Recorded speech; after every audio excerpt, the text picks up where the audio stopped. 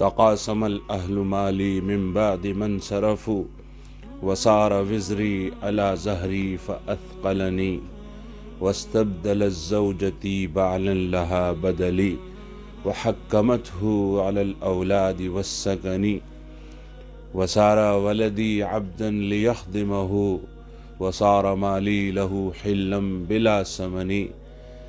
شاعر کہتا ہے کہ میرے گھر والے جب مجھے دفنا کر واپس آئے، سب سے پہلا کام انہوں نے یہ کیا کہ میرا مال تقسیم کرنے بیٹھ گئے، اور میرے مال کا بوجھ میری پیٹھ پر پڑا، میرے کاندھوں پر پڑا، مجھے حساب دینا پڑا، اور اس سوال جواب نے، حساب کتاب نے میری کمر توڑ کے رکھ دی۔ اور میری بیوی نے میرے مرنے کے بعد بہت لمبا انتظار بھی نہیں کیا، دوسری شادی کر لی، دوسرا شوہر کر لیا، اور میرا سارے مال کا، جائیداد کا اس شوہر کو، دوسرے شوہر کو، میرے گھر کا اس دوسرے شوہر کو مالک بنا ڈالا۔ میرے پیارے بچے جن کا میں بڑا خیال کرتا، لحاظ کرتا، محبت کرتا، اب وہ دوسرے باپ، سوتیلے باپ کے خادم بن گئے، اور میرا مال جو میں نے بڑی محنت اور مشقت سے کمایا تھا بغیر قیمت کے غیر کا ہو گیا۔ یہ موت ہے، یہ وہ موت ہے جسے اللہ یاد دلاتا ہے اور بندوں کو اس کا پیغام دیتا ہے کہ تم بھی اس موت کو یاد رکھو۔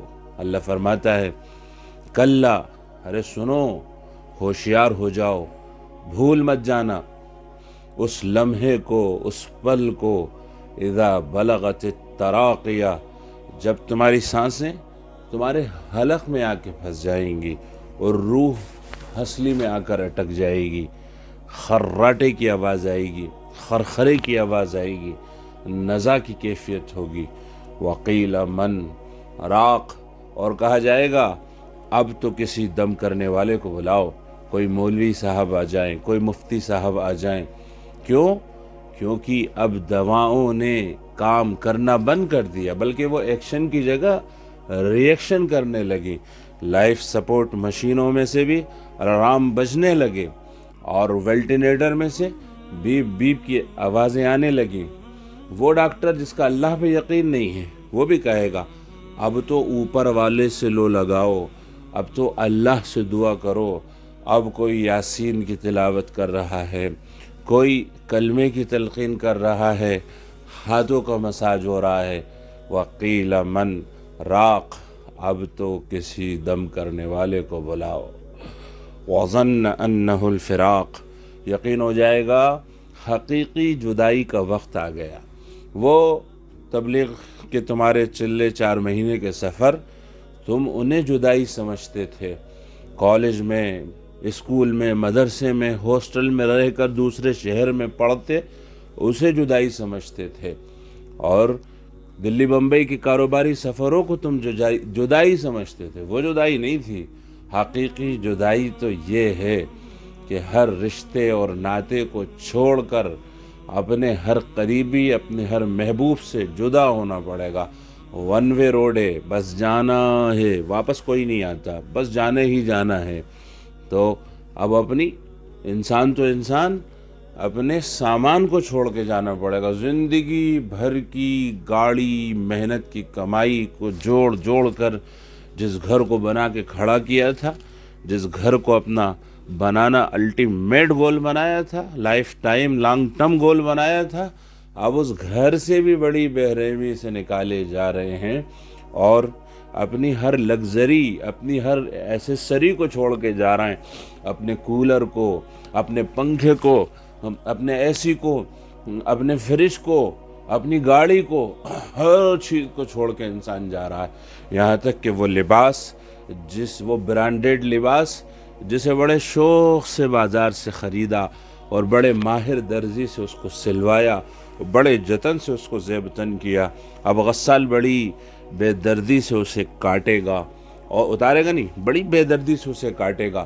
اور اس کو بھی گڑی مڑی کر کے کونے میں ڈال دے۔ اسے کوئی فقیر بھی لینا پسند نہیں کرے گا۔ ارے وہ گھڑی جسے ہمیشہ پہنے رہتے تھے اور اس کے نشان بھی جلد کے اوپر پڑ گئے تھے، اسے بھی اتار دیا جائے گا۔ وہ چشمہ جس کے بغیر پہچانے نہیں جاتے اتار کے الگ رکھ دیا جائے گا۔ وہ شریک حیات، غم اور خوشی کی ساتھی، وہ بیوی جسے سہاگن بنا کر، بیوی بنا کر گھر میں لائے تھے، وہ دہاڑے مار کے رو رہی ہے۔ کبھی تو اس کی ایک آہ برداشت نہیں ہوتی تھی، اس کے ایک نخرے بھی پگھل جاتے تھے۔ آج بال بکھر گئے، آج اوڑھنی سر سے گری جا رہی ہے، آج تڑپ کے وہ رو رہی ہے، سبل سبل آنسو بہا رہی ہے، سبل سبل آنسو بہا رہی ہے، لیکن اس کے آنسو نہیں پہنچ سکتے۔ دو الوداعی کے بول، دو رخصتی کے الفاظ اس سے نہیں کہہ سکتے۔ وہ بچے جس کے ناز اٹھائے وہ بچے جس کے ناز اٹھائے، جن سے پیار کیا، جن سے محبت کی، وہ بچے بھی آج جو ہے باپ کا کندھا پکڑ کے ہلا رہے ہیں کہ ابا اٹھو، ابا اٹھو۔ ابا اب اٹھنے والے نہیں ہیں، اب تو حقیقی جدائی کا وقت آ گیا۔ وظن انہ الفراق، جدائی کا وقت آ گیا۔ والتفت الساق بالساق، پنڈلیاں پنڈلیوں سے ٹکرانے لگیں۔ الی ربک یومئذ المساق، یہ دن ہے، یہ وقت ہے، یہ لمحہ ہے، یہ وہ پل ہے جس لمحے میں تمہیں اللہ کی طرف جانا ہے، اللہ کی عدالت میں، اللہ کی کچہری میں تمہیں حاضر ہونا ہے، اللہ کی پیشی میں پہنچنے کا وقت آ گیا۔ یہ اس دن کو یاد رکھو۔ برتھ ڈے کو بھول جاؤ، جس دن دنیا میں آئے تھے بھول جاؤ، لیکن جس دن دنیا سے جانا ہے اس کا خیال، اس موت کا خیال، وہ تصور تمہارے ذہن سے کبھی اوجھل نہیں ہونا چاہیے۔ اگر تم اسے یاد رکھو اور اس کی تیاری کرو، تم سے بڑا کوئی عقل مند نہیں، تم سے بڑا کوئی انٹلیکچوئل نہیں، اگر تم نے اس بات کو سمجھ لی۔